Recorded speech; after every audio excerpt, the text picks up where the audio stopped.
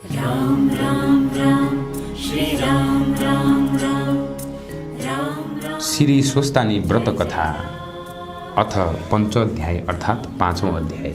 श्री गणेशाय नमो।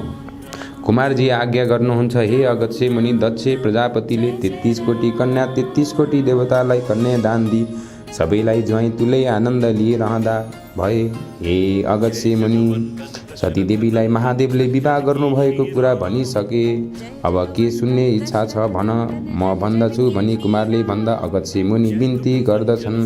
हे कुमार, त्रिपुरासुरले कसको तपस्या गर्यो सो सब मलाई आज्ञा गर्नुहोस्। तब कुमार भन्दछन्, हे मुनिवर, अघि जब महात्मा भगवान विष्णुले हिरण्यक्षलाई मार्नुभयो तब सम्पूर्ण दानवहरू अति दुखी भई खेद गर्न लागे।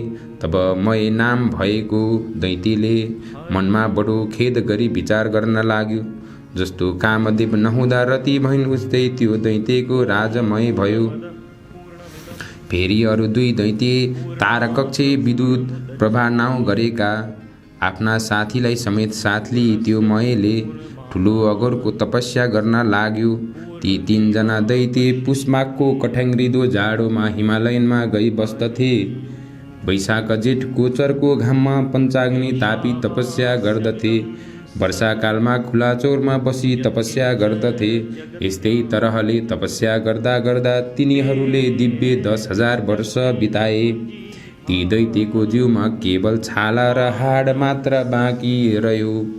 फेरि ठुलो सुखदेखि पनि च्युत भए।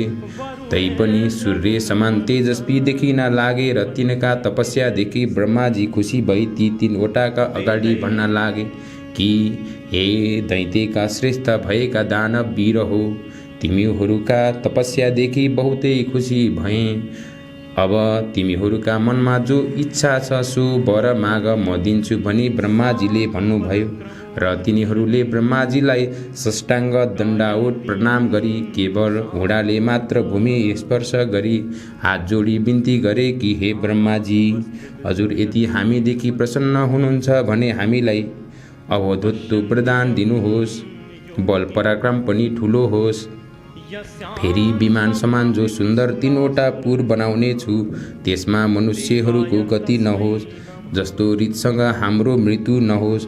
हामी ठुला बलवान पराक्रमी हौँ, त्यस्तो वर वरदान गर्नुहोस्।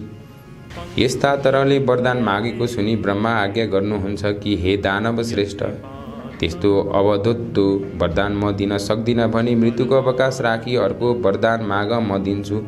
यसमा अन्यथा नमाना। यस्ता तरहको ब्रह्माजीबाट आज्ञा भएको वचन सुनि मय दैत्य फेरि भन्दछ कि हे प्रभु, अघि मैले बिन्ती गरेँ जति कुरा सब हो, मृत्युलाई ती मैले बनाएका पुर 3वटा एक ठाउँमा रहने छैनन्। जब पूर्ण 10,000 वर्ष पुग्ला तब 3 पुरको एक आधा निमेषभर मात्र मिलन होस्। त्यस आधा निमेष भित्रमा जो एक बाणले ती 3 पुरलाई नाश गरोस्, त्यही वीर मलाई मार्नमा समर्थ होस्। यस्ता तरहका त्यस मय नामको दानवका वचन सुनि तथास्तु भनी ब्रह्माजी सत्यलोकतर्फ जानुभयो। तब त्यस मय नामको दानवले पनि जगत नाश गर्नको निमित्त आदिकल्पमा 3 पुर रचना गर्दो भयो। ती 3 पुरमा पहिलो पुर चाहिँ फलामको बनायो, दोस्रो चाँदीको बनायो र तेस्रो सुनको बनायो। ती 3 पुर आकाशमा मानौ सुमेरु पर्वतका श्रृङ्गार जस्ता देखिन थाले।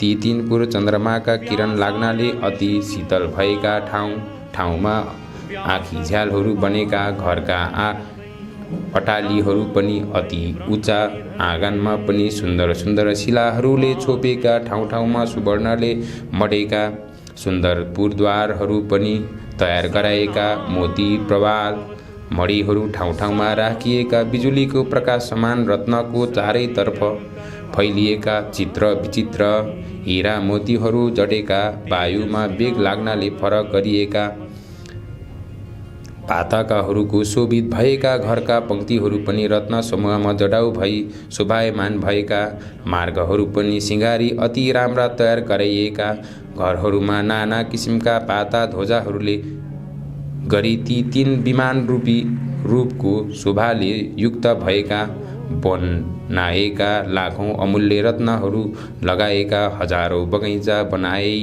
बिरुवाहरूमा पनि राम्रा राम्रा सबैमा छ ऋतुमा फल लागेका र फुल फुलेका उत्पन्न गरायो। तलाउ पनि हजारौँ किसिमका कमलका फुल फुली शोभायमान भएका तयार गराउँदो भयो। यस्ता तरले त्रिपुराका दैत्यहरूका घर मयूर आदि सुन्दर उत्तम लक्षणले संयुक्त भएको र पुरुषका नङ लाग्नाले जसमा पयोधर दूधका गोलाकार घेरामा अर्धचन्द्रकार घाउ लागेका कलश समान कुज भएका बारुणी मदिराले लाल नयन भइरहेका लज्जाले ईषत् हास्य गर्ने जसको नेत्र लोलिएका छन्। यति सुन्दरी स्त्रीले व्याप्त भएको त्यो त्रिपुर सहर अति मनोहर देखिन लाग्यो। यसमा जो त्रिपुरमा लोहको पुर मैले बनाएको छ त्यो तारकाव्य नामको दैत्यलाई मैले दिदो भयो। फेरि अर्को जो चाँदीले पुर थियो सो विदु प्रभा नामको। यसमा जो त्रिपुरा लोहको पुर मैले बनाएको छ त्यो तारकाव्य नामको दैत्यलाई मैले दिदो भयो। फेरि अर्को जो चाँदीको पुर थियो सो विदु प्रभा नामको दैत्यलाई दियो। जो सुवर्णले बनेको अति उत्तम पुर थियो सो राजा मैले आफूलाई भनी लियो। तब त्यो त्रिपुर दैत्यपतिका मन्त्रीवर्गहरूले शोभायमान भयो। त्यो दैत्य राज पनि अनेक तरहका सम्पूर्ण आफ्ना शत्रुहरूको सेनालाई जितिकन ब्रह्माण्ड वर्ग भृत्य वर्गले सहित भई स्त्रीहरूलाई साथ लिई सुखपूर्वक रहँदा अनेक तरहका सुख पाउन लागे। तीन लोकको आनन्दलाई ध्वंस गर्न लागेर शेखी र दर्पमा प्राप्त भई सम्पूर्ण देवताहरूलाई जिति लियौँ भनी मनमा मान्न लागे। उनीहरूलाई मार्न लागे। उनका बगैँचाका वृक्ष बिरुवाहरू उखेन्न लिई आए। यस्ता तरहले देवतालाई दुःख दिँदा दिँदामा ब्रह्मा बहुत काल व्यतीत भयो। तिनीहरूदेखि इन्द्रादि देवता अति क्रोधित भएर ब्रह्माजीका सामु गई त्रिपुरावासी दैत्यहरूको सम्पूर्ण उपद्रव विस्तार गरे। तब ब्रह्माजीले सब देवताहरूलाई शान्त गरे। सब देवतालाई शान्त गराई भन्नुभयो, हे देवतागण, त्रिपुरासुर दैत्यहरू बडा बलवान छन्। तिमीहरू तिनको नाश गर्न सक्दैनौ। तस्मात् नारायण आदि सकल देवता हामीहरूका महादेवका शरणमा जाउँ। उनै महादेव हाम्रा गति छन्। उनै महादेव हामीहरूका शत्रु ती दैत्यहरूको नाश गर्न सक्छन्। यस्ता तरहको ब्रह्माजीको आज्ञा सुनि हौस् भनी ब्रह्मा, सूर्य, इन्द्र, वायु अनि अग्नि आदि सकलले ब्रह्माजीलाई साथ लिई कैलाश गए। महादेवलाई देखि अनेक तरहसँग स्तुति गर्न थाले।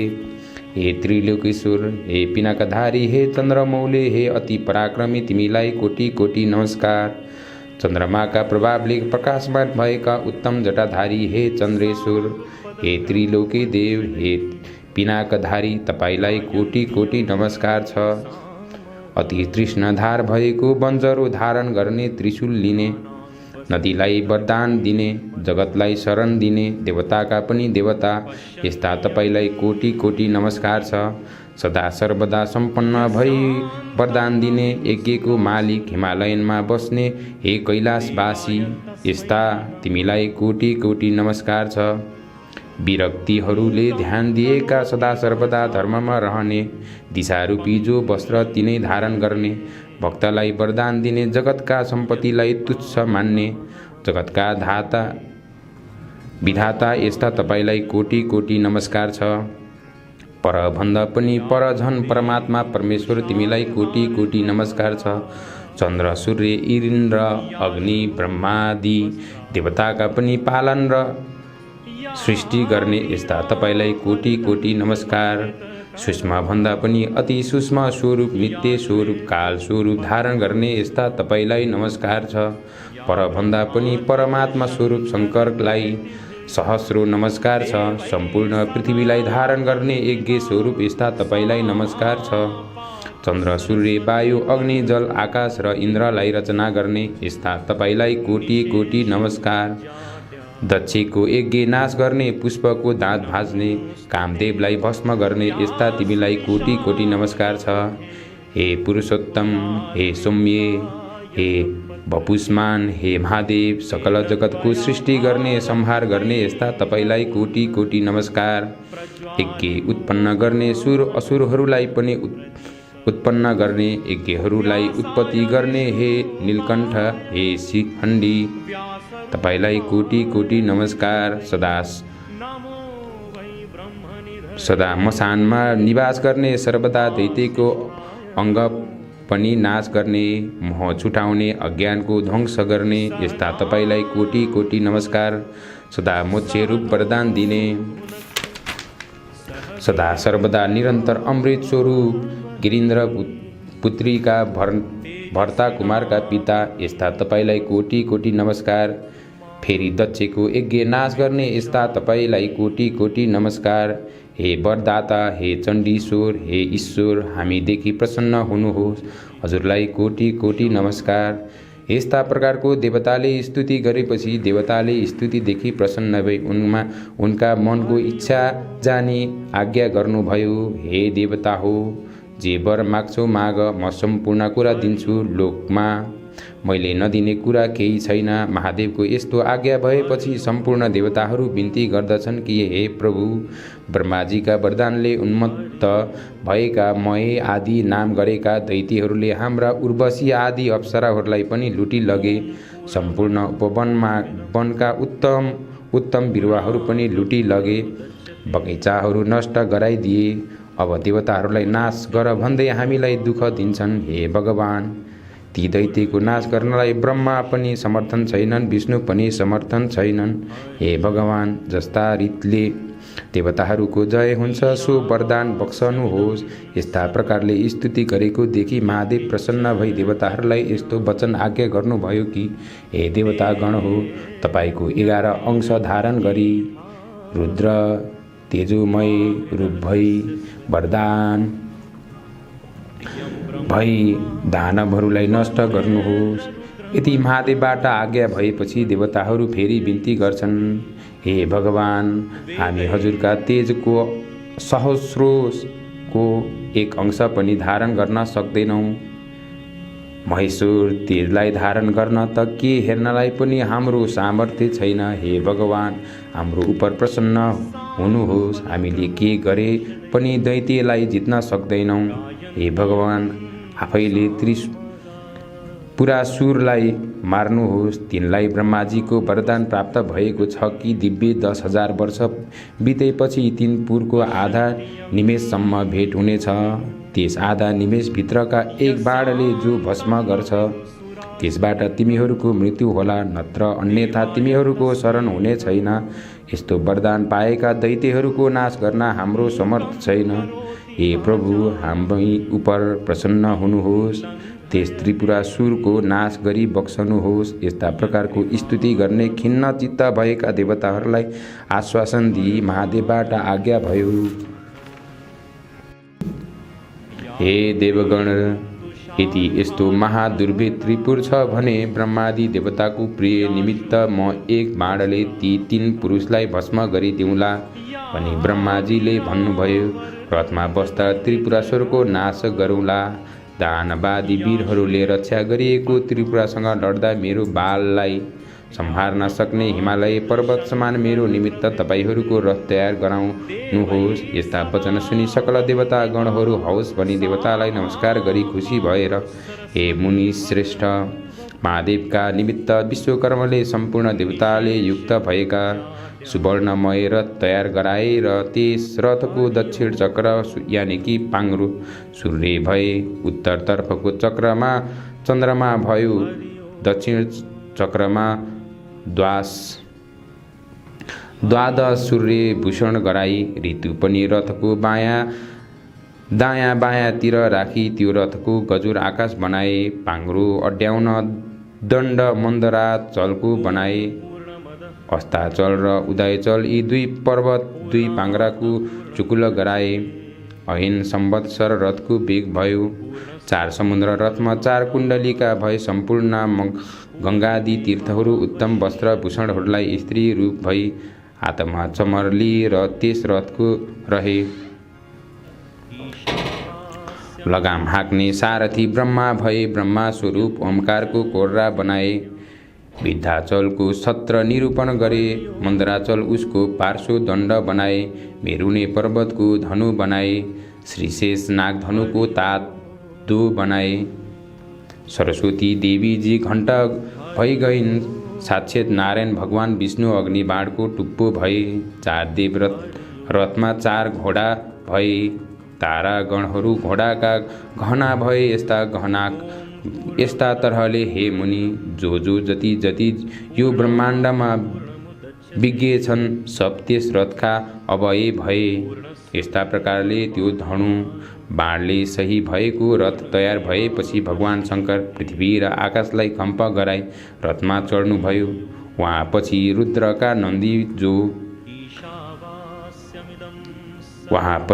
रुद्रका नन्दी आदि जो पार्षद छन् सो नन्दी भए। संपूर्ण भए। चण्डेश्वर भए। गणेश्वर भए। युगाक्षे भए। यी सब त्रिशूलपट्टि हातमा लिएका अनेक तरहका शास्त्र जानेका नाना तरहका शङ्ख भिरी मृदङ्ग बजाउँदै महादेवका उप अनेक चित्र विचित्र पुष्प वर्षा गराउँदा भए।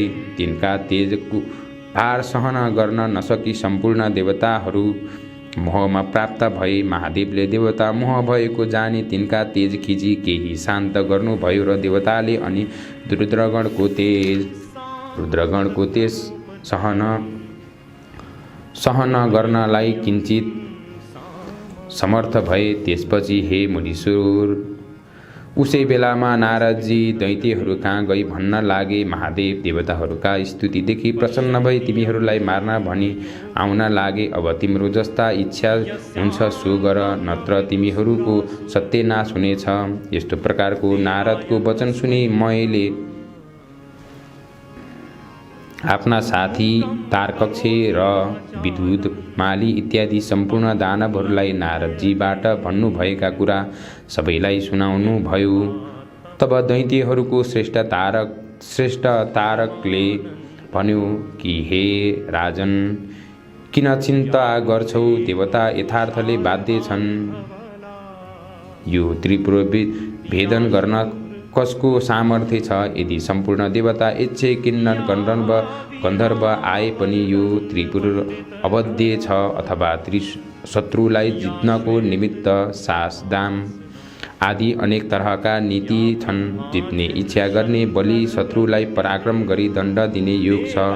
यस्ता राजा तारकले वचन सुनि विद्युतमाली भन्दछन् हे राजन बलहीन देवता हामीदेखि कुनै प्रकारले पनि समर गर्न सक्दैनौँ। जो मुठ गई युद्ध गर्ला त्यो अवश्य क्षयमा प्राप्त होला भने हे राजन चिन्ता के को छ? लडौँ। सम्पूर्ण देवतालाई जिती लोकको इन्द्र पदजन भोग गर्नुहोस्। अघिको हिरण्यज्ञ शिपुको पदमा प्राप्त भई 14 भुवनका सम्पत्तिको भोग गरी हिरण्यज्ञ शिवको गतिमा प्राप्त गर्नुभयो। यस्ता प्रकारको विदुमालीको वचन सुनि मय भन्दछ हे दानवीर हो अब हाम्रो नाशको बखत भयो। सुन्यौ ऊ बारम्बार शिर कम्प गराउँदै फेरि भन्छ कि जो शत्रु भन्दा बलि होस् अथवा यही हीन बल होस् उससँग हामीले सास इत्यादि उपास गर्नु उचित छ। जो सम्पूर्ण जगतका मालिक प्रभु ईश्वर महादेव हुन् उनी देवता र हामीहरूका स्रष्टा हुन्। उनी यदि आज हामीलाई मार्न स्वयं आउँछन् भने अब यसको उपाय अरू केही छैन। खाली भगवान महादेवलाई प्रणाम गरौँ यही मेरो मति छ। यदि अब हामी कठोरता धारण गरी महादेवका सामु गई युद्ध गरौँला त अवश्य हामीहरू यिनका दृष्टिपातै भस्म हुनेछौँ। जो ब्रह्मादि देवता पनि खुसी भई दुखी भई जसमा शरण जान्छन् आज उनी भगवान महादेव हामीलाई संहार गर्न आउँछन् भने हाम्रो के गति छ? जो क्षण मात्रामा सकल जगतको सृष्टि सम्हार गर्न समर्थ छ, जो मुक्तिका दाता सकल जगतका कारण छन्। यस्ता श्री महादेवसँग हामीहरू कसरी सकौँला? हाम्रो विधिहीन तपस्याले केही हुँदैन। तिमीहरूले कति समयसम्म भोग गर्यौ? त्यस्तै कारणले म भन्दछु, हे दानवीर हो, तिमीहरू सब कालको प्रेरित युद्ध गर्न भनी उत्सुक छौ। यस्ता प्रकारको मयको वचन सुनि नारदले सारा दैत्यको संहार गर्ने कारण सुनाइ भने, हे महाराज, अब तिम्रो तपस्या क्षीण भयो, अब ऐश्वर्य भोग समाप्त भयो। तथापि सङ्ग्राममा अघि नसरी नपुंसक झैँ ती देवताको शरण जानुभन्दा सङ्ग्राममा लडी मोक्षे हुनु उत्तम ठान्छु। यदि महादेवका हातबाट मर्यौ भने श्री महादेवका प्रथम गणको अधिपति औला। यदि तिमी शरण जाउला तापनि देवताका हितमा निमित्त महादेव तिमीहरूलाई नमारी छोड्ने छैनन् भनी फेरि यस्ता दानवका राजा भइकन पनि कातरता गर्दैछौ। कातरतादेखि शिवजी प्रसन्न हुने छैनन्। सुरदेखि प्रसन्न हुन्छन्। किन लड्नु? लड कदाचित जित्यौ भने तिमी लोकको राज्य पनि भोग गरौँला। यस्ता प्रकारको नारद ऋषिको वाक्य सुनि तारकक्षी विदुमाली दैत्य आयुष्यहीन भएका हुँदा भन्न लागे, ठिक हो महाराज, नारदजीबाट जो आज्ञा भयो यो बहुत उत्तम हो। मैले पनि तिनका वचन सुनि अब यिनको श्री नष्ट हुने बखत भयो भनी जानी नारदजीबाट आज्ञा भएको बहुत श्रेय भयो भनी मैले पनि यस्तो वचन सुनि नारद पनि बहुतै प्रसन्न भए। मैले रक्षा बन्धन गरी सकल दैत्यका युद्ध गर्नमा तत्पर गराई। नारद महादेव भएको ठाउँमा गई ती दैत्यहरू पनि युद्धमा निश्चित भई युद्धमा लालसा गरी अनेक तरहका शस्त्र अस्त्रको सुसज्जित गराई तयार भए। तारकाक्षी, बलबाणु, सुर, विद्युत माली आदि सबै दैत्यहरू यदि युद्ध गर्ने निश्चित गरी राजाका अगाडि अनेक तरहका बाजा बजाई सिंहनाद गर्न लागे। दानवका सेनाहरू पनि दानवलाई भए दायक देखाए। ऊ रथ आयो, लौ हेर, ऊ रथको ध्वज देखियो। यस्तो वाक्य परस्पर आपसमा भन्न लागे। भय शोकमा त्याग गरी कम्पित मुख गरी नाना तरह शस्त्र अस्त्र लिई युद्ध निश्चित गरी जस्तै पशु अग्निका समीप जान्छन् त्यस्तै ती काल चोधित त्रिपुरावासी दैत्यहरू शिव रथ कहिले न आइपुग्छ भनी हेर्न लागे। तब पश्चिम सागरका गिरो भाग रहेका अनेक प्रकारका पताका दिले शोभित मानौ सुमेरु पर्वत सदृश्य त्रिपुर देखिन लाग्यो। नन्दीश्वर आदि गणहरूको सिंहनाद गर्न लागे। दानवहरू पनि युद्ध निमित्त निस्के। चण्डेश्वर पनि बडो दीप्तिमान कुठार लिएर प्रचण्ड मुख बाई प्रथम थादी गणका अगाडि उपस्थित भए। फेरि देदीप्यमान त्रिशूल हातमा लिई शिवतुल्य पराक्रम गर्दै आए। गणका अधिपति शङ्कु नायक पनि मुसल हातमा लिई उनका पार्श्वमा गई खण्ड भए। नन्दी, भृङ्गी, वीरभद्र आदि अनेक गण वज्र, त्रिशूल, गदा परिध लिई युद्धका निमित्त अग्रसर भए। दैत्यगण पनि महादेवको रथ आएको देखि युद्ध गर्न भनी अनेक प्रकारका दिव्य आयुध हातमा लिई निस्केर गणहरूसँग युद्ध गर्न लागे। अति क्रोध पनि गर्न लागे। तब महादेवले त्रिशूललाई दग्ध भए जस्तो देखि हास्य गर्दै लड्नलाई स्थित भए र ठुलो सिंहनाद गरी युद्ध गर्न लागे। नन्दी पनि महाबली दैत्यगणसँग युद्ध गर्न लागे। भृङ्गीले पनि 10 बाण छोडी विधु भ्रमलाई वेदन गरे। रातारात आँखा पारी शिलाले ठोक्दा पनि त्यसलाई केही गर्न सकेनन्। तब श्रृङ्गी र रीतिको विद्युत प्रभावमा पृष्ठ देवता प्रभा गरे। तब उसले पनि शूलले फुङ्कारले भृङ्गी र रीतिका प्रहार गर्यो। जसको वेदना सहन नसकी भृङ्गी र रीति त्यहाँबाट पलायमान भए। जब यस दैत्यराजले यिनीहरूलाई जित्यो तब गणनायक गणेशका काँधमा 1000 बाण छोडे वध गर्यो। फेरि त्रिशक्ति फेरि 10,000 बाण छोडी जब गणेशका मर्ममा घाउ गराई वेदना गराउँथ्यो तब गणेशजी अति क्रुद्ध भई आफ्नो सुँड पसारी त्यसको गर्दनमा बेरी निमोठी जस्तै महाहात्ती कमलको फूल सुँडकुले बेरी तलाउबाट उखेली फ्याँक्छ। त्यस्तै विद्युत प्रभावले शिर पनि उखेली फ्याँकिदिए। तब शरीरबाट उखेलिएको त्यो शिर यस्तो शोभामा प्राप्त भयो कि जस्तै सरोवरबाट छुट्टी हात्तीका दाँतमा अड्केको कमलको फूलको शोभा पाउँछ। यो देखि भृङ्गीको नाना तरहको गान गरे। तब नेमी नाम गरेको र बल नाम गरेका 2वटा दानव वीर क्रोधले युक्त भई आए र गणेशलाई मर्ममा बाण छोडी घाउ गराउन लागे। शङ्कुकर्णले तिनलाई बीचमा रोकी तिनका ध्वज रथ सारथी घोडा सब काटी उनलाई विरथी गराए। तब ती 2जना पनि झट्ट अर्को रथमा चढेर आए र ती चण्डेश्वर गणनायकका मर्ममा हजारौं बाण हानी घाउ गराए। तब ती गणेश्वरले पनि क्रोधले आँखा रातो पारी भयङ्कर मुसल प्रभा गरी दुवैलाई हेमराज कहाँ पुर्याए। त्यहाँ उपरान्त ठुला दैत्यहरू जो त्रिपुरावासी थिए सब क्रुद्ध भई बराबर समूह निस्केर नाना तरहका नारा वज्र त्रिशूल कुठार लिएर महादेवका गणमाथि झम्टी महाघोर युद्ध गर्न लागे। शिवगणहरू पनि शिवका आज्ञा पाएका हुँदा जस्तै उन्मत्त केसरी मृगका भर्काउ छ त्यस्तै नदी गरी दानव दैत्यका सैन्यलाई भर्काई बारम्बार छिन्न भिन्न गरी मार्न लागे।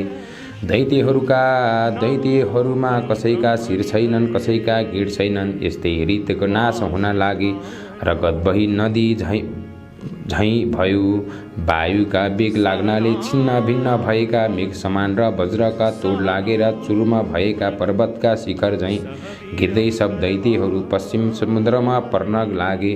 जब नेमीका नाम र बल नामका दैत्यहरू शङ्कुकर्णको मारे भन्ने दैत्यहरूले सुने तब अति क्रोध भई तारक नामको दैत्यपुरदेखि निस्की गणनायकमाथि झम्ट्यो र अनेक तरहसँग बाण वृष्टि गर्यो। तब गणनायक शङ्कुकर्णले पनि त्यस महाबली दैत्य पनि केही गिर्ला भने जस्तो भयो। तब फेरि त्यस दैत्यलाई भाला प्रभा गरे। तब त्यो तारक दैत्य पनि रिसले भूमिबाट उठी चक्रले प्रभा गर्यो। तब गणेश्वरले शङ्कुकर्णले पनि मुड्कीले नै अति वेदना हुने गरी त्यसलाई हाने। शङ्कुकर्णको मुड्की खाएपछि मूर्छा भई भूमिमा ढल्यो र श्रेष्ठ आयुधलाई त्याग्यो। तब त्यो दैत्यराज महाक्रोधले रिसाए।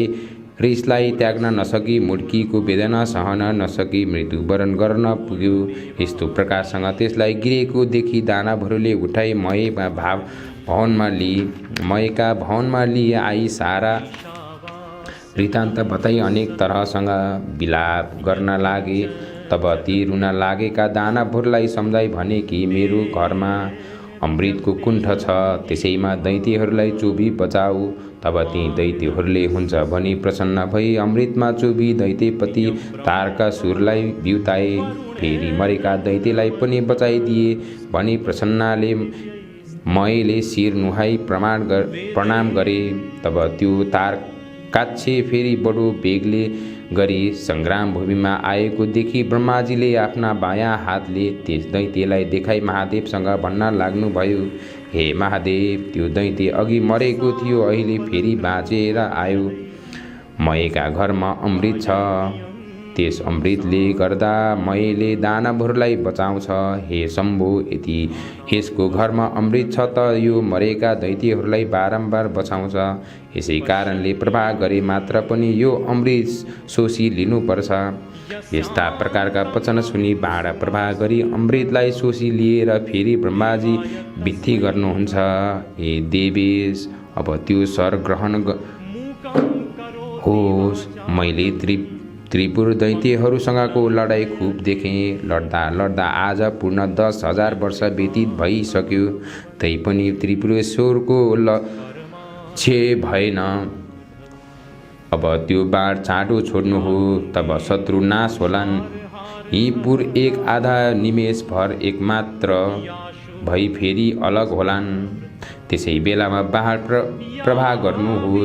यी पुर जोडी अलग भएपछि फेरि बाण छोडे पनि केही हुने छैन। हे भगवान, यदि मेरो बिन्ती लाग्छ भने बाण प्रहार गर्नुहोस् र यो त्रिपुराको नाश गर्नुहोस्। यस्ता प्रकारका ब्रह्माका वचन सुनि लौ भनी त्यो उग्र बाण धनुषमा चढाई धनुलाई तलमाथि झुकाई दिव्य 10,000 वर्ष पुगेपछि आधा निमेषका निमित्त त्रिपुर जोडिएको थियो। महादेवले आफ्ना योग बलले त्यस बखतमा सारा जगत निश्चल भई गयो। उहाँ पछि जगत जसका अग्रभागमा अग्नि सोम स्थित थिए, त्यो नारायण रूपी बाण प्रहार गर्दा भने त्यो बाणले उसै महादेवको प्रहार गरे। तब त्यस त्रिपुरका घरहरूमा चारैतर्फ दग्ध हुन लाग्यो। दिग दिग कष्ट कष्ट भन्ने शब्द उत्पत्ति भयो। तब महादेवले नन्दीलाई ढाकी हराउनु भयो कि हे नन्दी, तिमी चाँडो गई अग्निलाई भन कि त्यो महे मेरो भक्त छ, त्यसलाई अग्निले दग्ध नगराउनु। महादेवको यस्तो आज्ञा सुनि आफ्ना तपोवनका योगहरूले वायुभूत गराई बाण भन्दा पनि चाँडो गई नन्दीजी एमका पुरमा प्रवेश गरी एमका घरमा गई। त्यहाँ गई देखे कि एम नामको दाना शिवलिङ्ग अगाडि राखी शिवको ध्यान गरी बसिरहेको छ। तब नन्दी उसलाई आह्वान गरी तिमीलाई अग्निले जलाउने छैन भनेर एमले ती तब नन्दी उसलाई आह्वान गरी तिमीहरू अग्निले जलाउने छैन भनेर एमले ती गणराजलाई पनि नमस्कार गरे। उसै बेला अग्नि पनि त्यहाँ आइपुगे र अग्निलाई नन्दीले महादेवको आज्ञा सुनाइदिए। तब अग्निले एमलाई भने कि अब यहाँबाट तिमी चाँडो पुर छोडी निस्क। एमले पनि हवस् भनी सुवर्णमय शिवलिङ्ग लिई पतालमा तत्काल गए। नन्दीले पनि फर्की सम्पूर्ण विस्तार महादेवसँग बिन्ती गरेर त्यहाँ पछि त्रिपुर भस्म हुन लाग्यो। त्यसको वेदी र गृह सब नष्ट भई अनेक दानवहरूको रोए कराएको शब्द सुनिन लाग्यो। वस्त्र खुलेका स्त्रीहरू पनि निस्की कराएको शब्द सुनिन लाग्यो। झ्याल विमान आटलीहरूमा रहेका पहेँला र उच्च स्तन भएका मदले विहोल नेत्र भएका आफ्ना पतिहरूका प्रिय भएका स्त्रीहरू अग्निबाणले भयभीत भई घर घरमा यत्रतत्र दगुर्न लागेको देखिन थाल्यो। जस्तै पर्वतमा स्थिर किन्नरहरू व्याकुल हुन्छन्, त्यस्तै कोही आफ्ना आफ्ना पतिलाई आकुल भई अङ्कमाल गर्न लागे, कोही भाग्न लागे। शेष दानव पनि आफ्ना आफ्ना स्त्रीलाई बोकी त्रिपुरदेखि भाग्न लागे। शिव भक्तिले हीन सम्पूर्ण भूषणहरूले हीन देख्नमा पर्वतकार दैत्यहरू सागरमा खस्न लागेका देखिन थाले। जो स्त्रीगण आकुल भई समुद्रमा खसे थे, जो दानव गिरे थे, तिनीलाई अनेक तरहका जल जन्तुले भक्षण गर्न लागे। आफ्ना पतिलाई देखि आकुल भई विलाप गर्दै अग्निमा प्रवेश गरी डढी मरेका पनि देखिन थाले। रतिको अन्त्यमा खेदित भएका फेरि कामले गरी प्रियाका साथमा जाऊ भन्ने इच्छा गर्ने भएका दानवहरू भरियाले सहित भई बढी धेरै भस्म भए। कोही समुद्रमा डुबी जल जन्तुको आहार भए, कोही त्यसै पिल्सी प्राणहीन भए। यस्ता प्रकारसँग त्यस विष्णु अग्नि सुममय बाणले त्रिपुरको भस्म गराइदिएर त्यो सम्पूर्ण त्रिपुरलाई सागरमा डुबाई फेरि त्यो बाण शिवजीका हातमा प्राप्त भयो। यस्ता प्रकारले त्रिपुर ढलेपछि ब्रह्मादि सब देवता आफ्ना आफ्ना अधिकारमा प्राप्त भई शिवजीलाई प्रमाण गरी प्रणाम गरी स्तुति गर्न लागे। हे भगवान, यो जो रौद्र कर्म आज हजुरले गरिदिनु भयो यस्तो अरू कसैले गर्न सक्दैन। आज हजुरको दैत्य मारी त्रिपुरा भस्म गर्नुभयो। हे महादेव, हाम्रो आपत्ति गर्नुभयो। सर्वत्र सदा स्थिर रहने यस्ता तिमीलाई नमस्कार छ। ती महादेवको पनि देवताहरू उपर आज्ञा भयो। हे देवता हो, तिमीहरूलाई सदा पुत्रवत पालन गर्नुपर्छ। आज शत्रु मर्नाले तिमीहरूको अभिलाष पूर्ण भयो। अब तिमीहरू प्रसन्न भई आफ्ना आश्रममा जाऊ। यस्तो आज्ञा महादेवको आएपछि प्रणाम गरी सम्पूर्ण देवताहरू आफ्ना आफ्ना आश्रममा गए। देवताहरू गएपछि साध्यहरूदेखि पूजित भई नन्दी, भृङ्गी, भूत, प्रेत सहित भई महादेव पनि कैलाश पाल्नु भयो। हे मुनि, यो कसैले वर्णन गर्न सक्ने त्रिपुरा दाह मैले वर्णन गरेँ। जो शिवभक्त मनुष्य प्रसन्न भई पवित्र भई यसको पाठ गर्ला त्यो पापदेखि रहित भई अन्त्यमा देवता भई स्वर्गमा जन्म लेला। रता बासने पति देदिता न